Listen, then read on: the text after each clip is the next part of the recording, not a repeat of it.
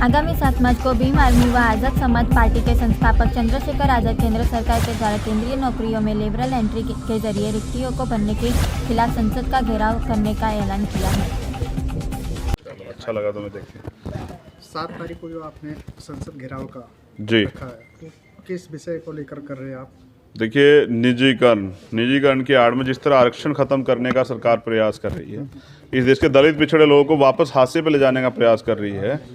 और दूसरा, ये निजीकरण संविधान पे भी हमला है, क्योंकि अवसर की समता की बात जो है प्रस्तावना में भी हुई है। और अब सरकार जो है निजीकरण के जरिए आरक्षण को पूर्ण रूप से ख़त्म कर देना चाहती है। मैं इसके खिलाफ हूँ और हर कोई व्यक्ति जो न्यायप्रिय है वो उसके खिलाफ ही होगा। दूसरा, लेटरल एंट्री जो की जा रही है, यानी कि कोई एग्ज़ाम नहीं होगा, सरकार अपने चहेते लोगों को वहाँ बिठा देगी, ये नहीं चलेगा।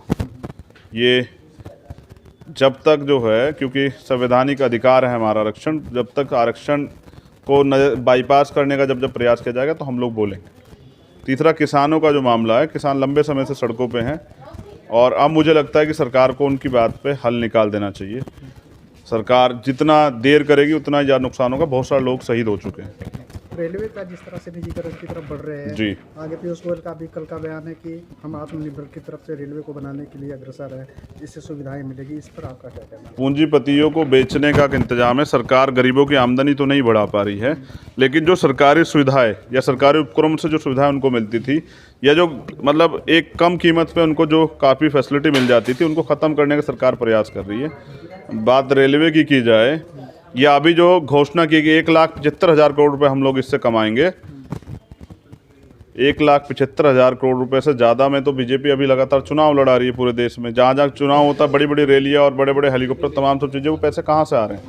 तो सरकार कर क्या रही है? पूंजीपतियों से साठगांठ कर ले रही है, मोटे चंदे ले रही है, और उनके एवज में जो सरकारी उपक्रम हैं जो अभी फ़ायदे में चल रहे हैं, देश को फ़ायदा पहुँचा रहे हैं, उन उपक्रमों को पहले कमज़ोर कर रही है, फिर उनके लिए कोई उपाय नहीं कर रही, फिर उनको घाटे में दिखाकर कैबिनेट में प्रस्ताव लाके उनको बेचने का काम कर रही है, यानी कि सस्ते दामों अपने लोगों को देने का काम कर रही है।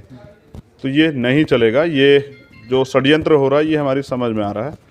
अब ये षड्यंत्र कामयाब नहीं होने दिया जाएगा। सरकार का सर कहना है कि जो अधिकारी हैं, निजीकरण इसलिए किया जा रहा है कि जो अधिकारी हैं, काम करने वाले सही से काम नहीं कर रहे हैं। अगर निजीकरण हो जाएगा तो काम सही से करेंगे। देख, सरकार कितना अच्छा काम कर रही है ये भी हम देख रहे हैं।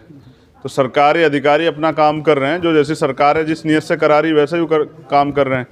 मुझे लगता है कि अच्छी सरकारें होती तो अच्छा काम होता, और जिनकी हिस्सेदारी नहीं है उनके लिए तो कुछ हो ही नहीं रहा है ना।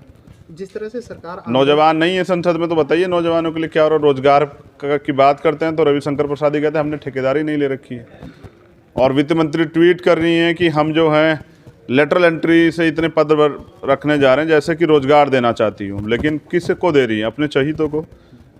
तो मुझे लगता है उसमें पिछली जो लेटरल एंट्री की थी उसमें तो एक भी SC/ST OBC माइनॉरिटी का व्यक्ति नहीं था। तो ये निकम्मी झूठी सरकार, इससे ज़्यादा उम्मीदें नहीं है। हम लोग अपनी लड़ाई लड़ेंगे। अगर निजी क्षेत्रों में सरकार आरक्षण देती है तो क्या मैं आरक्षण का समर्थक हूँ, क्योंकि अभी गैर बराबरी चरम सीमा पे है। जब तक गैर बराबरी दूर नहीं होगी तब तक आरक्षण रहेगा। आप देख रहे हैं सक्षम न्यूज इंडिया, सबसे पहले सबसे तेज।